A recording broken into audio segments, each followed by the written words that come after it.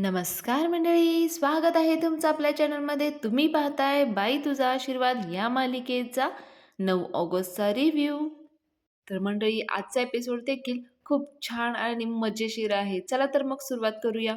अवनी महेशला सुनावत असते, या घरात ना मला कुठल्याही गोष्टीची परवानगी नाही घ्यावी लागत कोणाची. माझ्या प्रत्येक निर्णयाच्या पाठीशी उभे असतात ही लोक.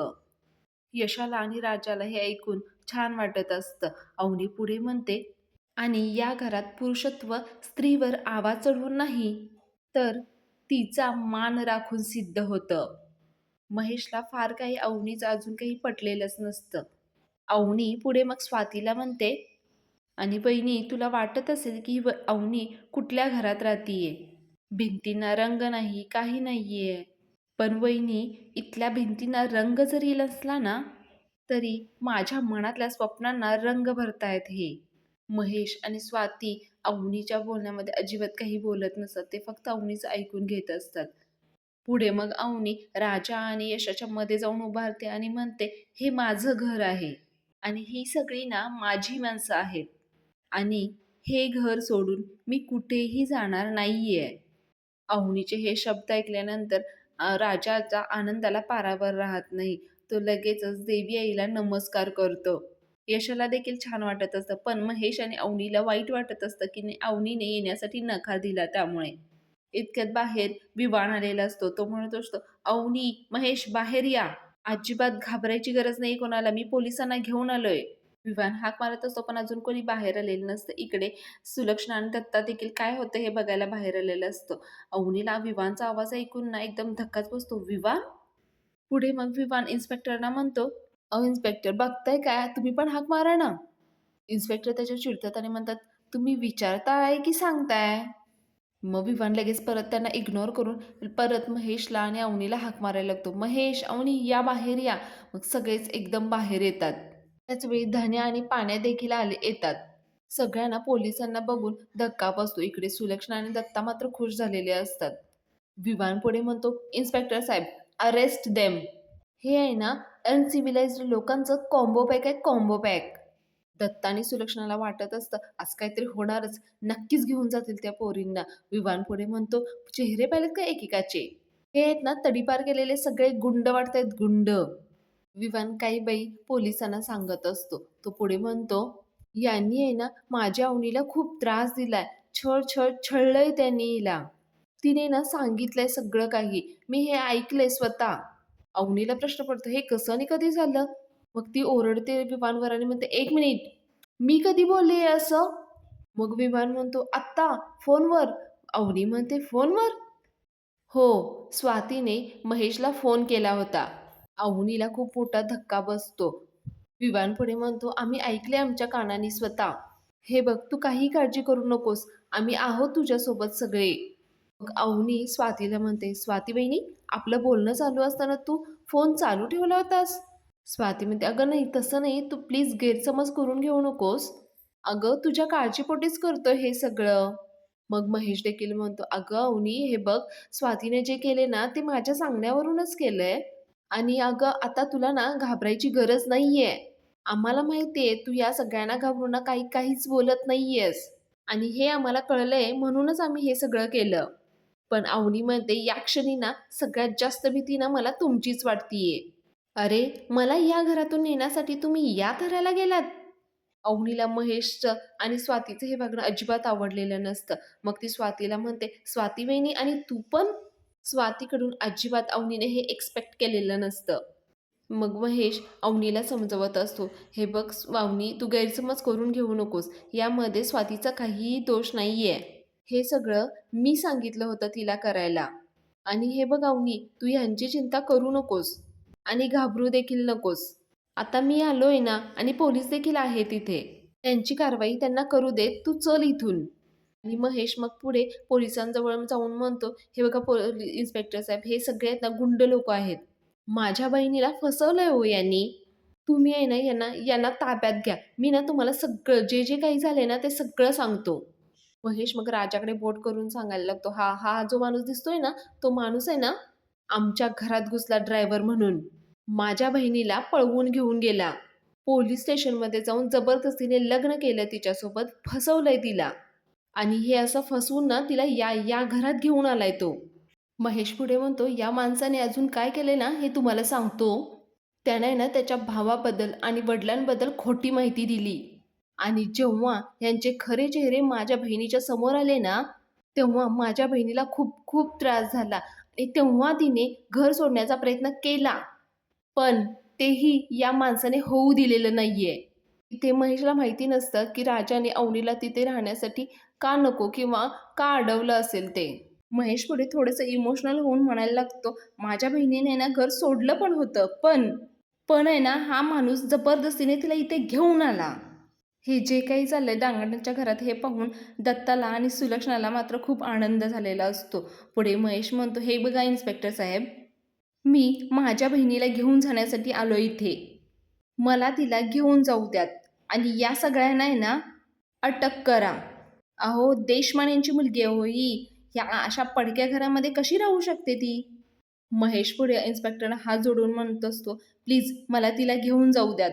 महेश मग पुढे स्वातीला म्हणतो, "स्वाती चल निघूयात आपण." स्वाती हलत नसते. मग तो स्वातीला म्हणतो, "अगं चल ना, हाल इथून." आणि मग तो पुढे अवनी समोर जातो आणि म्हणतो, "हे बघ अवनी, आता सगळं क्लिअर झालंय ना? आता पुढे या लोकांचं जे काही असेल ना, ते पोलीस करतील. तू इथून चल." अवनी काही हलत नसते. मग महेश ना तिच्या हाताला धरतो आणि तिला ओढून म्हणत असतो, "चल, चल तू माझ्याबरोबर." अवनीला काही त्यांच्यासोबत जायचं नसतं. मग अवनी त्याच्या हातातून हात सटकवून घेते आणि म्हणते, "ए सोड." मग लगेच राजा देखील तिच्या मागे येतो. अवनी मग पुढे सणसणीत उत्तर देते महेशला आणि ती म्हणते, "इन्स्पेक्टर साहेब, माझ्या घरच्याला कुणीही हात लावलेला मला चालणार नाही. हे माझं घर आहे आणि ही सगळी ना माझी माणसं आहेत. इथे मला कुठल्याही प्रकारचा त्रास होत नाहीये." अवनीचं हे बोलणं ऐकून महेशला आणि विवानला खूप मोठा धक्का बसतो. कारण अवनीचा छळ होतोय असंच त्यांना वाटत असतं. विवान पुढे म्हणतो, "Avani, are you mad?" Vivaan पुढे म्हणतो, "नक्कीच, नक्कीच या माणसाने आहे ना तुला ड्रग्ज दिलेत."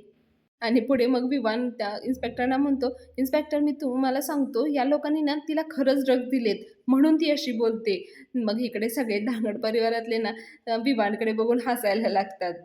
अवनी मग विवानला म्हणते, "अरे मठ्ठ माणसा, ड्रग्ज मला नाही तुला दिलेत." अवनीला कळतं ह्याच्याशी बोलून काही उपयोग नाही. ती म्हणते, "मी का बोलतेय तुझ्याशी?" मग ती ना महेशकडे बघून म्हणते, "अरे तुम्हाला कळत नाहीये का? हा नकोय माझा माणूस माझ्या आयुष्यात." पण विवान तिला म्हणायला लागतो, "अवनी, मी सगळं विसरून तुला स्वीकारायला परत तयार आहे. चल तू माझ्यासोबत." असं म्हणून तो अवनीला घेण्यासाठी पुढे येत असतो. पण अवनी म्हणते, "ए, तिथेच थांब. खबरदार हं, पुढे यायचं नाही. मागच्या वेळेस काय झालं होतं हे तू विसरलास का?" अवनी पुढे त्याला म्हणते, "हे बघ, तुला मी शेवटचं सांगते, इथे पुन्हा येऊ नकोस. चल निघ इथून." इथे मंडळी विवानला बोलल्यामुळे महेशला हर्ट होतं. महेश म्हणतो, "अवनी, तू असं कसं बोलू शकतेस विवानला?" "अगं, त्याचं तुझ्यावर प्रेम आहे म्हणून तर हे सगळं करतोय ना तो." महेश पुढे म्हणतो, "हे बघ अवनी, तुला आता आपलं कोण, परकं कोण हे काहीच कळत नाहीये. प्लीज तू चल इथून. हा हट्टीपणा सोड तुझा." महेश अवनीला पूर्ण कन्व्हिन्स करायचा प्रयत्न करत असतो. अवनी म्हणते महेशला, "मी हट्टीपणा करतीये?" महेश म्हणतो, "हो, हट्टीपणाच आहे अगं हा." "अगं, असा हट्टीपणा करून तुला काय सिद्ध करायचंय? काहीच कळत नाहीये आम्हाला." "अगं, देशमान्यांची मुलगी आहेस तू. या अशा घरामध्ये कशी कशी सुखी राहू शकतेस तू?" "हे बघ अवनी, तू तू ना तू जरासं माझं ऐक." अवनी म्हणते, "एक मिनिट." मग ती स्वातीला म्हणते, "स्वाती वहिनी, काहीतरी गैरसमज होतोय हं तुझा." पुढे मग अवनी इन्स्पेक्टरला म्हणते, "इन्स्पेक्टर साहेब, यांनी जी कंप्लेंट दिली ना ती खोटी आहे. माझ्या घरात मला कसलाही त्रास होत नाहीये. माझा कुणीही छळ करत नाहीये आणि हे माझं फायनल स्टेटमेंट आहे." अवनी इथून जाण्यास तयार नाहीये. हे ऐकून सुलक्षणा आणि दत्ता लगेच तिकडून येतात आणि म्हणतात, "खोटं बोलतीये ही मुलगी. अहो साहेब, खोटं बोलतीये ही पोरगी. अहो रोजचे तमाशा, रोजची मारहाण चालू असते या पोरीला. मी रोज पाहतो हे. मी तर साईडलाच राहतो." दत्ता देखील म्हणतो, "अहो आमच्या डोळ्याला रोज हेच दिसतंय, बाकी काही नाही. अहो तुम्हाला काय पाहिजे ते सांगतो आम्ही. काय पाहिजे ते देतो. अंगठा देतो, सही देतो, काय पाहिजे ते देतो. पण ह्या सगळ्यांना आहे ना तुम्ही अटक करून टाका बघा." इतक्यात अण्णा देखील बाहेर आलेले असतात गेटजवळ. दत्ताचं बोलणं अर्धवट ऐकल्यामुळे अण्णा येतात आणि म्हणतात, "ए दत्त्या" आणि दत्त्याला मारायचा प्रयत्न करत असतात. धोंडी अण्णांनी फक्त हात उगारलेला असतो, अजून काही मारलेलं नसतं. मग दत्ता ओरडत असतो, "बघा, बघा साहेब हा कसा करतोय." मग अण्णा लगेच इन्स्पेक्टरला म्हणतात, "इन्स्पेक्टर साहेब सॉरी, सॉरी हां. म्हणजे मी तुमच्यासमोर हात उगारणार नाही. I respect you. पण साहेब, साहेब तुम्ही ऐकून घ्या.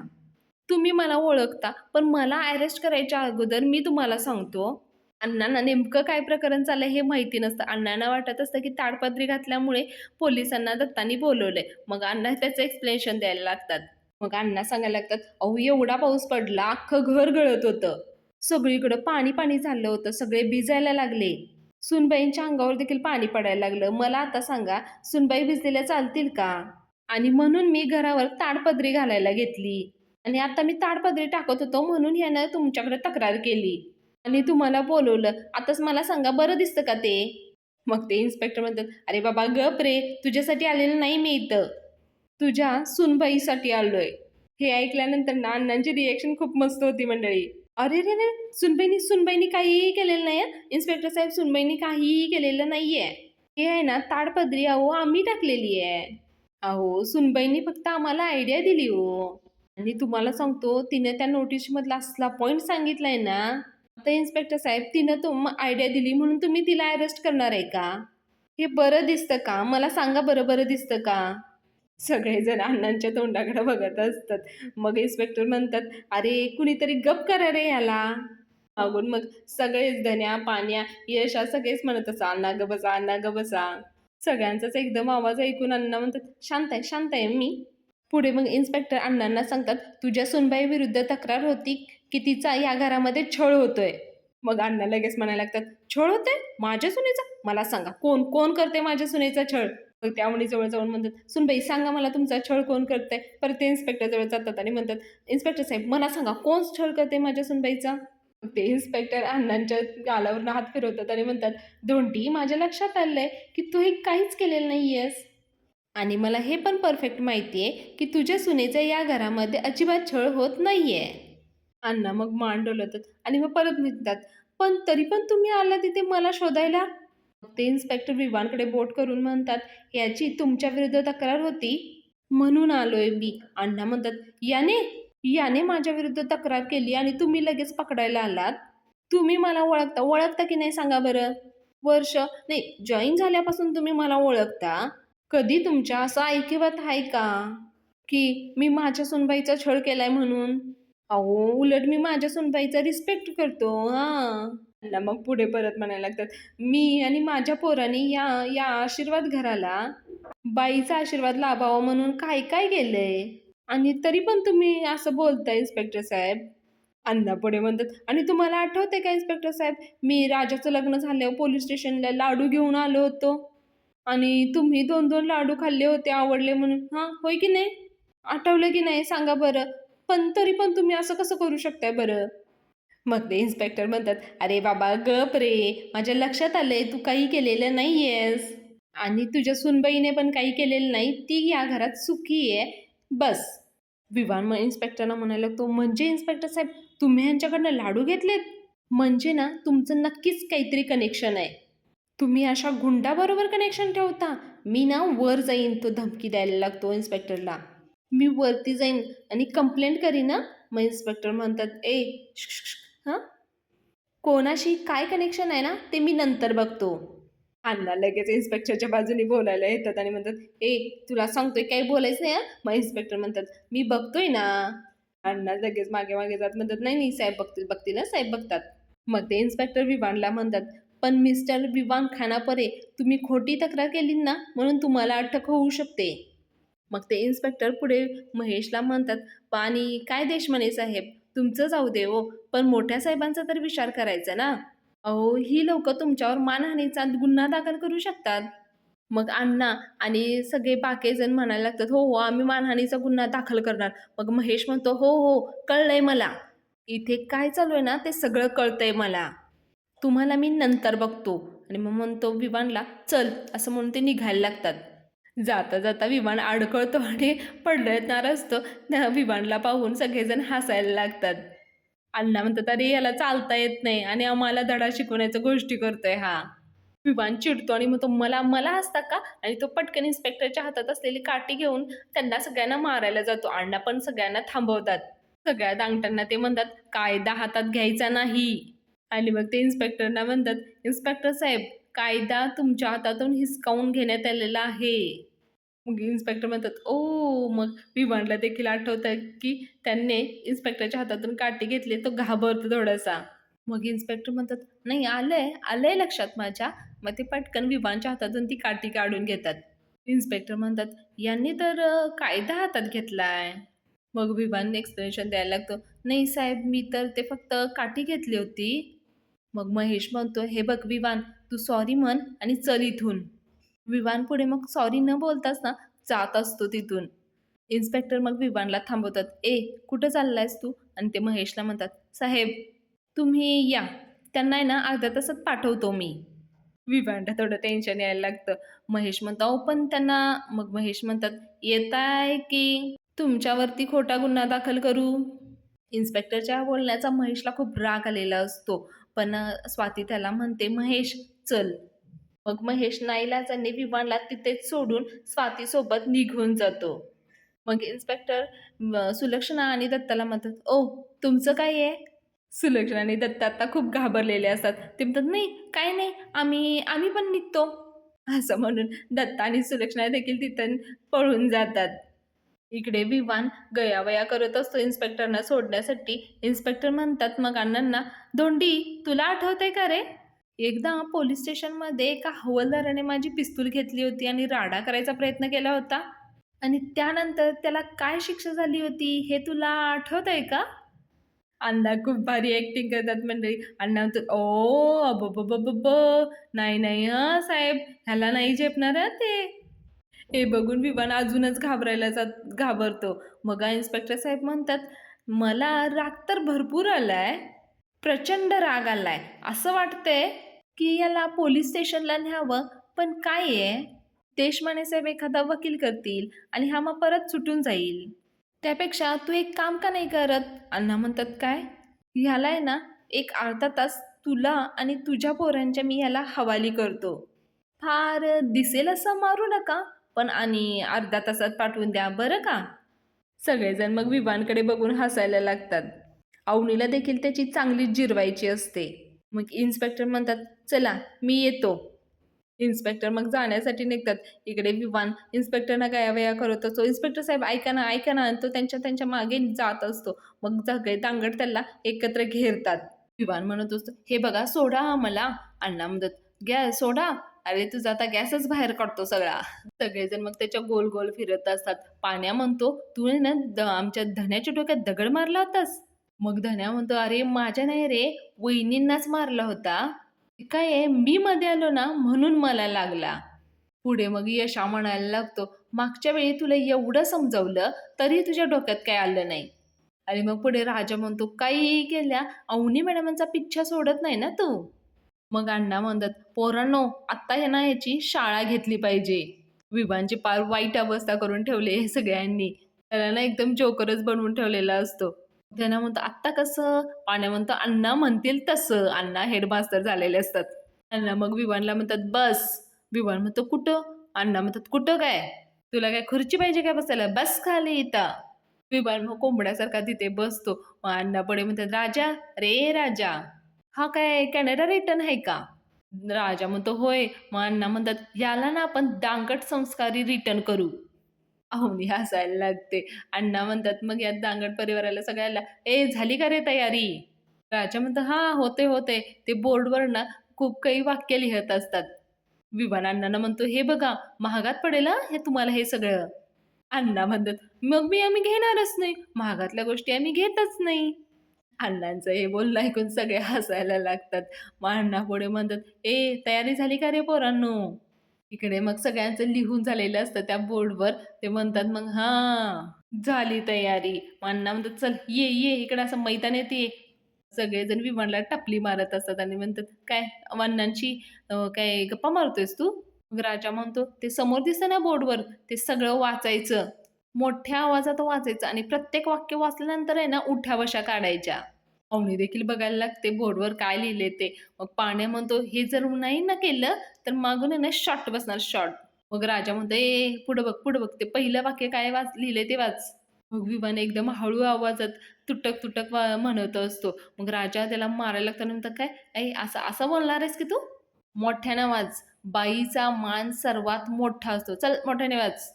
विवानकडे काही ऑप्शन नसतो त्यामुळे तो बोलायला लागतो, "बाईचा मान सगळ्यात मोठा असतो." हे बोलल्यानंतर मग त्याला उठ्या-बशा देखील काढायला लावतात सगळेजण. मग पाण्या म्हणतो, "आता दुसरं वाक्य, ते खास तुझ्यासाठी लिहिलंय. चल बोल, मी लई माजुरडा आहे."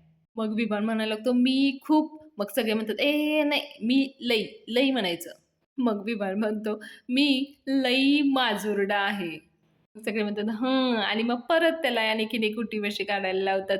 इकडे अवनीला खूप छान वाटत असतं. ती एन्जॉय करत असते. मग धन्याचा नंबर येतो. धन्या म्हणतो, "चल बोल, मला कॅनडाचा आणि पैशाचा लई माज आहे." मग विवान म्हणतो, "मला पैशाचा आणि कॅनडाचा लई माज आहे." पुढे राजा म्हणतो, "म्हणूनच अवनी मॅडम मला हाड म्हणाल्या." "चल बोल, बोल." मग विवान ना कसं तरी होत असतं त्याला आणि नाईलाजाने तो म्हणत असतो, म्हणूनच अवनी मला." मग राजा म्हणतो, "ए, अवनी नाही, मॅडम, मॅडम म्हणायचा." विवान म्हणतो, "म्हणूनच अवनी मॅडम मला हाड म्हणाल्या." आणि मग तो परत एक उठी काढत असतो. मग सगळेजण एकदमच त्याला हाड असं म्हणतात. आणि मग सगळे हसायला लागतात. विमान एकदम घाबरतो. मग नंबर येतो तो यशाचा. यशा म्हणतो, "यापुढं मी त्यांच्या नादाला कधीच लागणार नाही. चल म्हण असं." मग विमान म्हणतो, "यापुढं मी त्यांच्या नादाला कधीच लागणार नाही." मग अण्णा म्हणतात, "नाही, नाही, नी." त्यांची भाषा आहे ना ती. अण्णा म्हणतात मग, "यापुढं मी त्यांच्या नादाला कधीच लागणार नाही असं म्हणायचं. कारण ही तुझ्या नशिबातच नाही." मग पुढे विमान म्हणायला लागतो, "यापुढे मी अवनीच्या नादाला लागणार नाही. कारण ती माझ्या नशिबात नाही." आणि मग परत त्याला ते उठ्या-बशा काढायला लावतात. पुढे मग राजा विवानच्या मानेला धरून अवनीसमोर घेऊन येतो आणि अवनीला म्हणतो, "मॅडम तुम्ही इथे या, इथे या." मग अवनी म्हणतात, "असते कशाला? जाऊ द्यात ना त्याला." मग राजा म्हणतो, "नाही अहो ते गरजेचं आहे. तुम्ही या बरं इथं या." मग अवनी समोर येतो. राजा म्हणतो, "चल गुडघ्यावर, गुडघ्यावर बसायचं." मग विवान खाली बसतो. मग राजा म्हणतो, "आता बोल, अवनी मॅडम तुला बहिणी समान आहेत." मग राजा म्हणतो, "नाही, नाही, तू ना कोणाचा भाऊ होण्याचा लायकीचाच नाहीयेस. तू म्हण अवनी मॅडम मला देवी समान आहेत. चल बोल, बोल." राजा त्याला फोर्स करत असतो. अवनी म्हणते, "अरे राहू दे, काही गरज नाही." मग राजा म्हणत असतो, "नाही, काही गरज नाही कसं?" अवनी नको म्हणत असते त्याला बोलायला. राजा इकडे त्याला फोर्स करत असतो. मग अवनी पटकन ओरडते, "अरे बास!" कळलंय त्याला. मग सगळेजण लांब जातात. मग विवान उठतो. मग अवनी म्हणते, "जा तू विवान." पण विवान तिथून कसला जातोय. विवान पटकन अवनीचा हात पकडतो आणि म्हणतो, "हे बघ अवनी, अवनी प्लीज ऐक ना माझं. माझं तुझ्यावर खूप प्रेम आहे. तू ना माझ्याबरोबर चल. आपण कॅनडाला जाऊ. हे बघ ऐक तू माझं. चल तुझ्या वडिलांचं ऐक तू." आणि मग तो बोलत असताना सगळेजण मग त्याच्या मागे येऊन उभारतात. विवान पुढे म्हणत असतो, "अवनी चल तू माझ्याबरोबर. तुझ्या वडिलांचा माझ्यावर विश्वास आहे." राजा मग त्याचा हात पकडतो आणि मग अवनीला म्हणतो, "आता कळालं का तुम्हाला ह्याची लायकी काय आहे ते?" राजा मग त्याला खाली बसवतो आणि अवनीला म्हणतो, "अवनी, मॅडम, हा आहे ना असा नाही शिकणार आहे. तुम्ही ना आता याला तुमच्या स्टाईलमध्ये होल स्त्री जातीकडून फुल अँड फायनल सांगूनच टाका." मग अवनी म्हणते, "विवान, तुला इतक्या वेळा समजूनही हीच समजत नाहीये ना? माझा तुला नकार आहे.